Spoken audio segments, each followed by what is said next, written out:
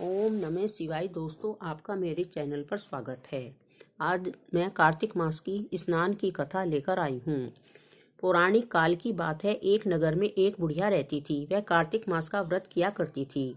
जब उस बुढ़िया का व्रत खोलने का समय आता तो भगवान कृष्ण आते और खिचड़ी रखकर चले जाते। उस महिला के पड़ोस में एक औरत रहती थी। वह बुजुर्ग महिला से ईर्ष्या करती थी। वह कहती कि इसका कोई नहीं है, फिर भी इसे खिचड़ी खाने के लिए मिल जाती है। एक दिन की बात है। वह बुढ़िया कार्तिक के महीने में स्नान करने गंगा पर गई हुई थी। पीछे से भगवान कृष्ण उसके लिए खिचड़ी रख कर चले गए। जब वह खिचड़ी का कटोरा पड़ोसन ने देखा तो उसने उस कटोरे को उठाकर घर के पीछे फेंक दिया। स्नान करने के बाद जब बुढ़िया घर आई तो उसने देखा आज खिचड़ी का कटोरा नहीं है, तो वह भूखी ही रह गई। पड़ोसन ने जहाँ खिचड़ी गिराई थी वहां एक पौधा उग गया जिस पर 2 फूल खिले। एक बार उस नगर का राजा वहां से निकला तो उसकी नजर उस फूल पर पड़ी तो उन्हें तोड़कर घर ले गया। घर जाकर राजा ने फूल रानी को दे दिया, जिसे रानी ने सूंघ लिया तो वह गर्भवती हो गई। कुछ समय के बाद रानी ने 2 पुत्रों को जन्म दिया। जब दोनों बड़े हुए तो वे किसी से बोलते नहीं थे। जब वह शिकार खेलने जाते तो रास्ते में उन्हें वह बुढ़िया मिलती तो वह अभी भी यही कहती कि मेरी खिचड़ी कहाँ गई, कहाँ गया मेरा कटोरा। बुजुर्ग महिला की बात सुनकर वे दोनों कहते कि हम हैं तेरा कटोरा और खिचड़ी।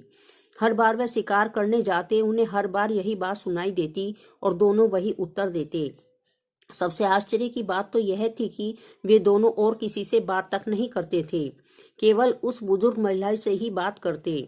एक दिन राजा ने बुजुर्ग महिला को राजमहल में बुलवाया और कहा कि हमारे पुत्र तुमसे ही बात करते हैं, हमारे से नहीं। तो तुमसे कैसे बात करते हैं, क्या कारण है? बुजुर्ग महिला ने कहा, ये मुझे नहीं पता। मैं तो कार्तिक का व्रत करती थी और भगवान कृष्ण मुझे खिचड़ी का कटोरा दे जाते थे। एक दिन मैं स्नान करके वापस आई तो वहां खिचड़ी का कटोरा नहीं था। जब मैं कहने लगी मेरी खिचड़ी का कटोरा कहाँ गया, तब इन लड़कों ने कहा कि तुम्हारी पड़ोसन ने तुम्हारी खिचड़ी फेंक दी थी और उसके 2 फूल बन गए। वह दोनों फूलों को राजा तोड़कर ले गए और रानी ने उसे सूंघ लिया, जिससे 2 पुत्रों का जन्म हुआ। हमें भगवान ने तुम्हारे लिए ही भेजा है। राजा ने जब सारी बात सुनी तो उसने बुजुर्ग औरत को महल में ही रहने का आदेश दे दिया। हे कार्तिक महाराज, जैसे आपने बुजुर्ग महिला की बात को सुना, वैसे ही आपका व्रत करने वालों की सभी की बातों को सुनना।